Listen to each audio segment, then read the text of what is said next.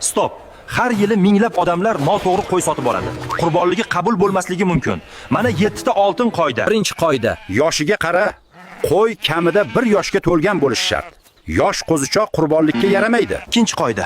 4 ta nuqson qo'yni qurbonlikdan chiqaradi. Ko'r, oqsoq, oriq va qulog'i kesilgan bo'lsa bo'lmaydi. Uchinchi qoida. Semiz qo'y tanla. Payg'ambarimiz eng yaxshi, eng semiz qo'yni qurbonlik qilganlar. Eng arzonini emas, eng yaxshisini tanla. 4-qoida, erkagi ham, urg'ochisi ham bo'ladi. Lekin qo'chqor eng yaxshisi. 5-qoida. Bitta qo'y, bitta oila uchun. Bitta sigir yoki tuya 7 ta oila uchun yetadi. 6-qoida. Vaqt muhim. Hayit namozidan oldin so'yilgan qo'y qurbonlik bo'lmaydi. Faqat namozdan keyin. 7-qoida.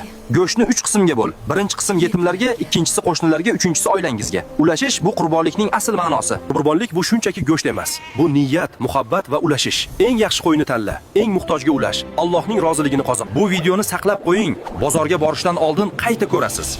Ulashing, qarindoshlaringiz ham bilsin.